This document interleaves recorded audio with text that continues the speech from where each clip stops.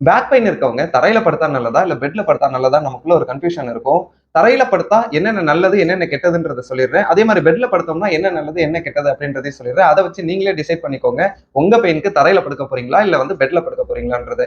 First வந்து நம்ம தரையில படுக்கிறோம் அப்படின்னா தரை வந்து ஹார்டா இருக்கும். அதனால நம்மளோட ஸ்பைனோட பொசிஷன் ஸ்ட்ரெயிட் ஆகும். நமக்கு பேக் பெயின் இருந்தா அது ரிலீவ் ஆகிறதுக்கு சான்ஸ் இருக்கு. அது கூடவே நம்ம பெட்ல வந்து இடம் பத்தல அப்படின்னா குறுகி படுத்தோம்னாலும் நம்மளோட பாஸ்டர் மாறதுக்கு வாய்ப்பு இருக்கு.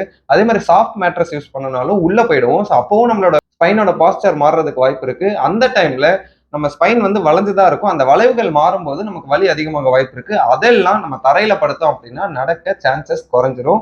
அதனால நமக்கு பெயின், ஸ்பைனல் கார்டு சம்பந்தப்பட்ட பெயின், பேக் பெயின், நெக் பெயின்லாம் தரையில படுத்தோம் அப்படின்னா குறையும்.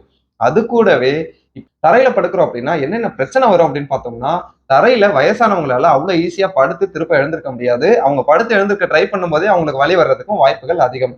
அதே மாதிரி மெயினா நம்ம தரையில படுக்கிறோம் அப்படின்னா நம்மளோட மொத்த வெயிட்டுமே நம்மளோட ஜாயிண்ட் கீழே இருக்கிற ஜாயிண்ட் மேலேயோ இல்ல நம்ம பேக் மேலேயோ தான் விடும். ஸோ கான்ஸ்டன்டா ஒரு ஹார்ட் சர்ஃபேஸ்ல நம்ம படுத்திருக்கும் போது வலி நமக்கு வர்றதுக்கு வாய்ப்புகள் இருக்கு. பெட்ல படுத்தா என்ன நன்மைகள் அப்படின்னு பார்த்தோம்னா, வயசானவங்க ஈஸியாவே பெட்ல வந்து ஏறி படுக்க முடியும், இறங்க முடியும்.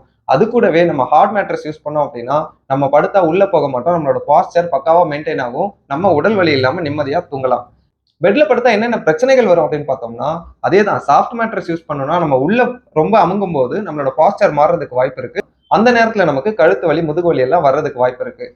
அதுவே நம்ம வந்து பெட்ட ரொம்ப நாள் யூஸ் பண்ணிட்டோம் அப்படின்னா படுத்த இடத்துல வெயிட் அதிகமா விழுந்து விழுந்து விழுந்து குழியாகிட்டு அதுவுமே நம்மளோட பாய்ச்சரை மாத்துறதுக்கும் நமக்கு ஒரு டிஸ்கம்ஃபர்ட் ஏற்படுத்துறதுக்கும் வாய்ப்பு இருக்கு.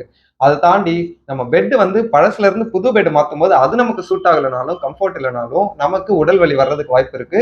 ஸோ அந்த டைம்ல பெட் டிஸ்கம்ஃபர்ட்டா இருக்கும். எல்லாத்தையும் தாண்டி நமக்கு எது கம்ஃபர்ட் அப்படின்றதுல தான் வந்து நம்ம பெட்ல படுக்கணுமா இல்ல தரையில படுக்கணுமான்றது இருக்கு. ஸோ உங்களுக்கு தரையில படுக்கிறது கம்ஃபர்டபுளா இருக்கு, உடல் வலி இல்லாம இருக்கு அப்படின்னா நீங்க தரையில படுத்துக்கலாம். இல்ல பெட்ல படுக்கணும் அப்படின்னாலும் பெட்ல படுத்துக்கலாம். வயசானவங்களுக்கு வந்து பெட்ல படுக்கிறது ஒரு நல்ல ஆப்ஷனா இருக்கும் தரையில படுக்கிறதை விட. அவ்வளவுதாங்க.